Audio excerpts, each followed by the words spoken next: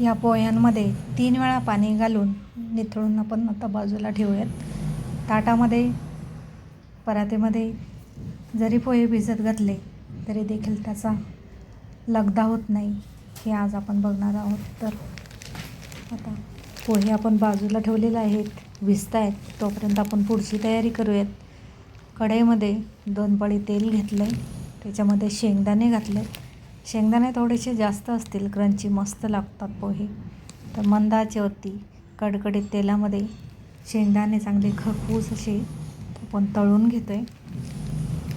पोहे सर्वजण करतात, पण पोहे चाळणीमध्ये निथळत ठेवले जातात, भिजत घातले जातात आणि जास्तीत जास्त नळाखाली एकदा भिजवले जातात. पण मी पोहे ताटामध्ये भिजत घालते आणि 3 वेळा त्याच्यामध्ये भरपूर पाणी घालून निथळून घेते. तरी देखील पोहे अजिबात पोह्यांचा लगदा होत नाही, एकदम सुटसुटीत असे पोहे होतात, पोहे तुटत नाहीत या पद्धतीने केले तर त्याच्यासाठी पहिल्यांदा आपण शेंगदाणे भाजून घेतो आहे. शेंगदाणे मस्त खरपूस असे भाजून घेतले तर पोह्यांमध्ये छान अशी टेस्ट येते. तर चला, मस्त आपले हे शेंगदाणे खरपूस असे भाजले गेलेले आहेत, ते मी एका डब्यामध्ये काढून घेते. जर उरलेच शेंगदाणे तर झाकण लावून ठेवून नंतर त्याच्यावरती तुम्ही चाट मसाला, मीठ किंवा मिरची पावडर घालून मस्त खाऊ शकता. तर आता हे सगळे शेंगदाणे आपण या डब्यामध्ये काढून घेऊयात आणि मग पोह्यांची फोडणी आपण देऊयात. तर याच तेलामध्ये आपल्याला मोहरी, जिरं, कढीपत्ता घालायचा आहे. पोह्यांमध्ये कढीपत्ता घालताना जर ताजा असेल तर तो तोडून घालायचा आणि सुकलेला असेल तर मस्त असा चोळून घालायचा हातावरती, जेणेकरून पोह्यांमधील जो कढीपत्ता आहे तो खाल्ला गेला पाहिजे, काढताच आला नाही पाहिजे खाणाऱ्याला. तर आता मी इथे तेल ऑलरेडीच तापलेलं आहे, ज्याच्यामध्ये आपण शेंगदाणे भाजून घेतले होते. तर पहिल्यांदा मोहरी घालते. मोहरी आवडत असेल तशी घालायची, बऱ्याच वेळा मुलं खात नाहीत त्याच्यामुळे मी आता थोडी कमी घालते. जिरं म्हटलं भरपूर घालायचं, जिरं लगेच फुललं कारण तेल तापलेलं आहे. जिरं मी थोडंसं जास्त घातलेलं तुम्हाला दिसलं असेल. तर आता मी इथे कढीपत्ता माझ्याकडे सुकलेला आहे, तर असं चोळून घालते. जर ताजा असेल तर मी त्याला तोडून घालते हातानेच, किंवा तुम्ही सुरीने कापून घातलं तरी चालेल, जेणेकरून कढीपत्ता काढता नाही आला पाहिजे. पोह्यांबरोबर चविष्ट लागतो आणि कढीपत्ता केसांसाठी अतिशय उत्तम आहे. तर इथे आता मी मिरच्या घालून घेतल्यात. मिरच्या घेताना कोळ्या कोळ्याच घ्यायच्या, कापून घ्यायच्या, म्हणजे एखादी मिरची पोह्यांच्या घासामध्ये आले तरी छान लागते. आता इथे 2 मध्यम आकाराचे कांदे मी कापून घेतले. कांदा बारीकच कापून घेतला आहे. पोह्यांमध्ये कांदा अजिबात जास्त आपल्याला लाल करायचा नाही, फक्त त्याचा कच्चेपणा जाईल एवढंच आपल्याला त्याला परतायचं आहे. तर त्याला थोडंसं मी मिक्स करून घेतलं. आता हळद घातलेली आहे आणि हळद देखील या फोडणीमध्ये चांगली मिक्स करून घेऊयात. आता खाली गॅस एकदम आपला बारीक आहे, मोठा गॅस बिलकुल नाही. मोठ्या गॅसवरती फक्त मी पहिल्यांदा तेल तापवलं, नंतर गॅस मंदच केला आहे, बारीक करून त्याच्यावरती मस्त शेंगदाणे खरपूस भाजून घेतले. शेंगदाणे काढून घेतले आणि त्याच्यामध्येच मोहरी, जिरं, कढीपत्ता फोडणी घातली आणि लगेचच आपण कांदा घालून घेतला आहे. गॅस अजूनही आपला बारीकच आहे. कांद्याला आपल्याला फक्त थोडासा कच्चेपणा जाईल एवढंच परतून घ्यायचं आहे. तर आता मी कोथिंबीर घालते. एवढा मी कोथिंबीर कापून घेतली होती. तर कोथिंबीर देठाची साईड आहे ती मी इथे कांद्यासोबत फोडणीमध्ये चांगली परतून घेते आणि जो शेंड्याचा पालाचा भाग आहे त्याला आपण नंतर गार्निशिंग म्हणून वापरणार आहोत, म्हणजे पोहे झाल्यानंतर त्याच्यावरती आपण ते घालणार आहोत, ती कोथिंबीर जी कोवळी कोथिंबीर आहे.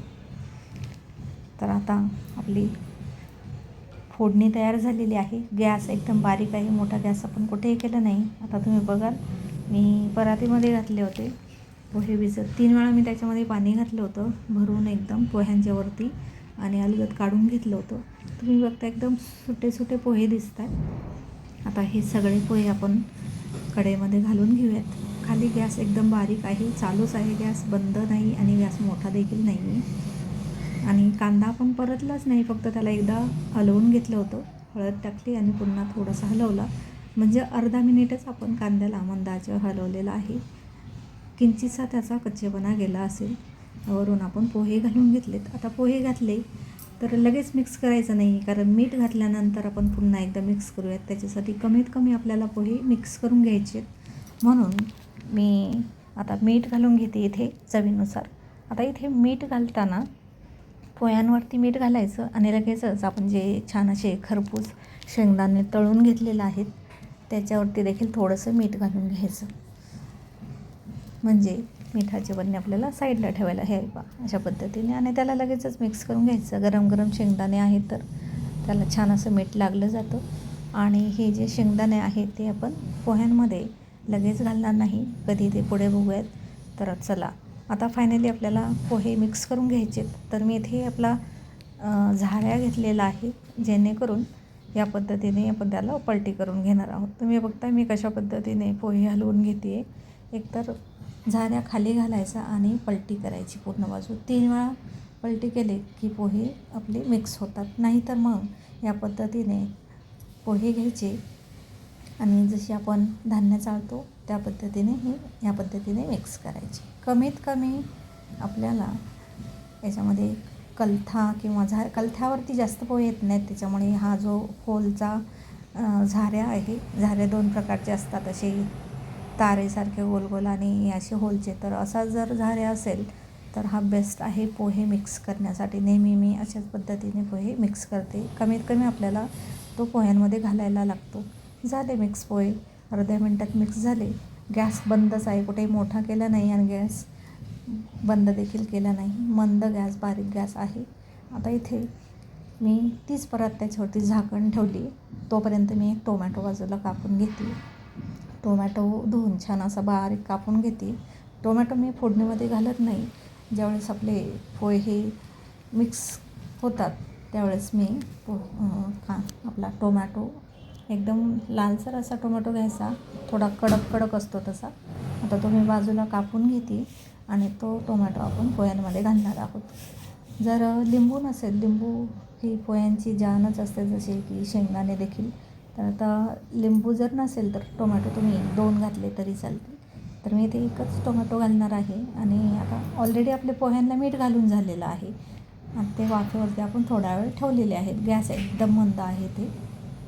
आता टोमॅटो बारीक कापून घेतला की त्याच्यावरती मीठ आपल्याला त्याच्यापुरतंच मीठ घालायचं, थोडंसं स्प्रिंकल करायचं. एकतर कापून झाला की चॉपिंग बोर्डवरती स्प्रिंकल करायचं, नाहीतर मग पण पोह्यांवरती घालू त्यावेळेस फक्त टोमॅटो पुरतंच मीठ स्प्रिंकल करायचं.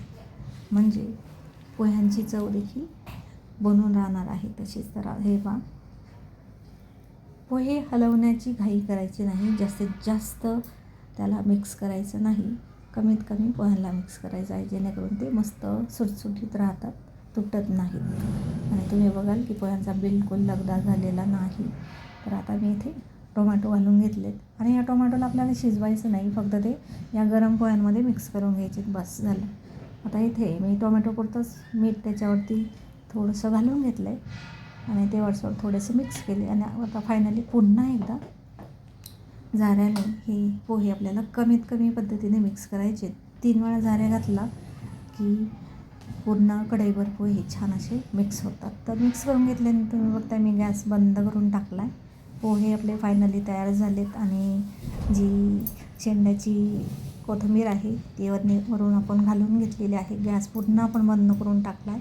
आता ही कोथिंबीर आपल्याला त्याच्यात मिक्स करून घ्यायची. तुम्ही लगेच खायला घेणार असाल तर अशीच घेतली तरी चालेल, किंवा मग थोडीशी मिक्स करायची, जेणेकरून ही कोथिंबीर काळी पडू नये. नंतर झाकण ठेवलं असंच कोथिंबीरवरती तर ती काळी पडेल. मी आता थोडीशी मिक्स करून घेतली. 2 वेळाच मी त्याच्यामध्ये झाऱ्या घातलेला आहे आणि 2 याच्यामध्ये कलथ्यावरती जास्त पोहे येत नाहीत, त्याच्यामुळे कलथ्याने पोहे मिक्स करायचे नाहीत. अशा पद्धतीने झाऱ्या असेल तर बेस्ट आहे मिक्स करण्यासाठी. आणि तुम्हाला पटणार देखील नाही, आपण 3 वेळा त्याच्यामध्ये भरपूर पाणी घालून पोहे भिजवून ठेवले होते. म्हणजे 3 वेळा नळाखाली त्याला धुतलेलं आहे, पाणी घातलेलं आहे पोह्यांच्या वरती येईल असं. त्याच्यात काही थोडाफार कचरा असेल, चाळून घेतलं तरी थोडा हलका काही कचरा असेल तर तो निघून जातो आणि मस्त असे पोहे भिजले जातात. ताटामध्येच पोहे भिजत घालायची आणि बाकीची नंतर तयारी करायची. ते पाणी चांगलं निथळून घ्यायचं. तर चला, गरमागरम पोहे खाण्याची मजा काही वेगळीच असते.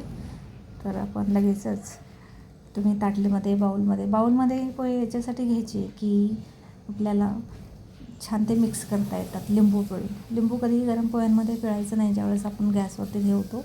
तर तुम्ही बघता आता मी जे शेंगदाणे मस्त क्रंची असे तळून घेतले होते, ते फायनली ज्यावेळेस पोहे आपण वाढून घेतले, ज्यावेळेस आपण ते सर्व करणार आहोत त्यावेळेस हवे तेवढे शेंगदाणे द्यायचे. काही मुलांना आवडत नाहीत किंवा जर म्हातारे आजी आजोबा असतील त्यांना चावत नाही, तर अशा वेळेस शेंगदाणे निवडत बसायला नको. म्हणून हा बेस्ट पर्याय आहे. आणि शेंगदाण्याच्या घासाबरोबर मस्त असे हे ते पोह्यांच्या घासाबरोबर शेंगदाणे हे मस्त क्रंची लागतात. कारण पोह्यांमध्येच घातले तर ते थोडेसे सादळल्यासारखे लागतात आणि असे वरून घेतलेले मस्त क्रंची लागतात. तर तुम्ही इथे ओलं खोबरं किंवा शेव देखील घालू शकता.